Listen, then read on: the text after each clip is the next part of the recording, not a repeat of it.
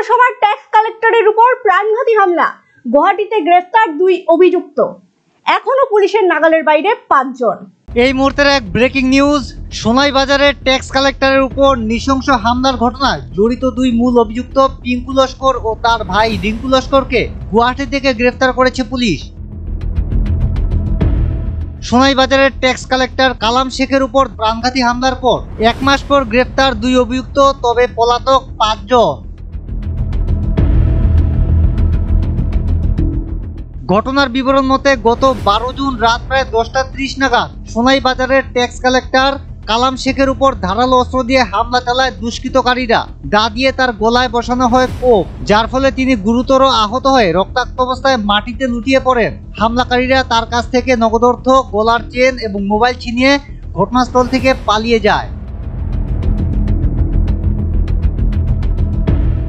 আহত কালাম শেখকে প্রথমে শিলচর মেডিকেল কলেজ হাসপাতালে ভর্তি করা হলেও শারীরিক অবস্থার অবনতি হওয়ায় তাকে গুয়াহাটি মেডিকেল কলেজ হাসপাতালে স্থানান্তরিত করা হয়।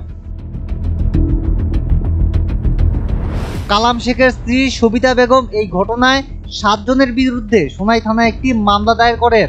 মামলার পরিপ্রেক্ষিতে সোনাই পুলিশ তদন্ত শুরু করে এবং ঘটনার প্রায় 1 মাসের পর বুধবার রাতে পুলিশ গুয়াহাটি থেকে মূল অভিযুক্ত পিঙ্কু লস্কর এবং তার ভাই রিঙ্কু লস্করকে গ্রেফতার করতে সক্ষম হয়। পুলিশ জানিয়েছে এই ঘটনায় জড়িত আরও 5 অভিযুক্ত এখনো পলাতক রয়েছে, তবে তাদের আটক করতে সাঁড়াশি অভিযান অব্যাহত রয়েছে। কালাম শেখের স্ত্রী সবিতা বেগম সংবাদ মাধ্যমকে জানিয়েছেন যে বাজার থেকে তোলা আদায় করে বাড়ি ফেরার পথে তার স্বামীর উপর এই নৃশংস হামলা চালানো হয়। তিনি পুলিশের কাছে পলাতক অভিযুক্তদের দ্রুত গ্রেফতার করে দৃষ্টান্তমূলক আইনি ব্যবস্থা গ্রহণের দাবি জানিয়েছেন। Bureau report, north east update. দেখতে থাকুন নর্থ ইস্ট আপডেট, নির্ভীক, নিরপেক্ষ, নিরন্তর।